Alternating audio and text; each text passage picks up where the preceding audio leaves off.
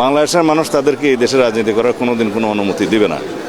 তারা বিদেশ থেকে মাঝে মধ্যে অভিযোগও দিতে পারে, চিৎকার করতে পারে, এগুলো আমরা মনোযোগ দিচ্ছি না। ওই সময় মাঝে মধ্যে আওয়াজ দিয়ে থাকে, এগুলা তারা চেষ্টা করছে বাংলাদেশের কোনো অস্থিরতা সৃষ্টি করা যায় কিনা। এগুলা বাংলাদেশের মানুষ কখনো গ্রহণ করবে না।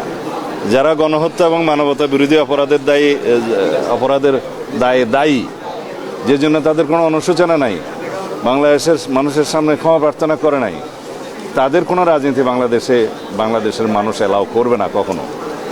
বাংলাদেশের মানুষ তাদেরকে এই দেশে রাজনীতি করার কোনোদিন কোনো অনুমতি দিবে না। তারা বিদেশ থেকে মাঝে মধ্যে অভিযোগও দিতে পারে, চিৎকার করতে পারে, এগুলো আমরা মনোযোগ দিচ্ছি না। সেনাবাহিনীর পক্ষ থেকে ক্যাম্প স্থাপন করা হবে যাতে এই সমস্ত অপহরণ ইত্যাদির এই সমস্ত অপরাধ যেন দমন করা যায়।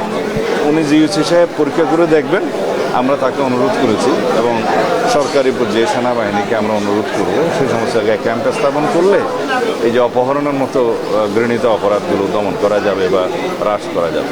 প্রথমবারের মতো প্রবাসীর সিটিতে শুরু হলো কমার্শিয়াল শপ বরাদ্দ।